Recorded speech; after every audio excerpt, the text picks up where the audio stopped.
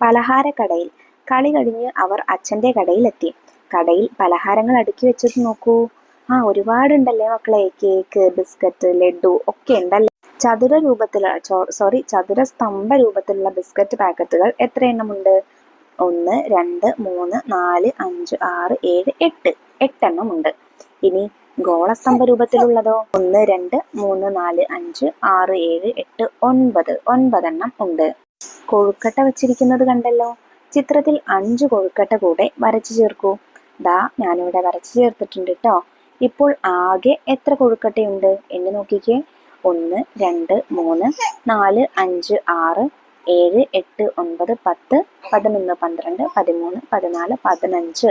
15 കൊഴുക്കട്ടകൾ ഉണ്ട്. അലമാരയിൽ എത്ര കേക്കുകളുണ്ട്? എണ്ണി നോക്കൂ മക്കളെ. 1, 2, 3, 4, 5, 6, 7, 8, 9, 10, 11, 12. 12 കേക്കുകളാണ് ഉള്ളത്.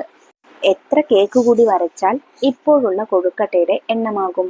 ഇപ്പോൾ ആകെ 15 കൊഴുക്കട്ടകളാണുള്ളത്. 12 കേക്കുകളും ഉണ്ട്.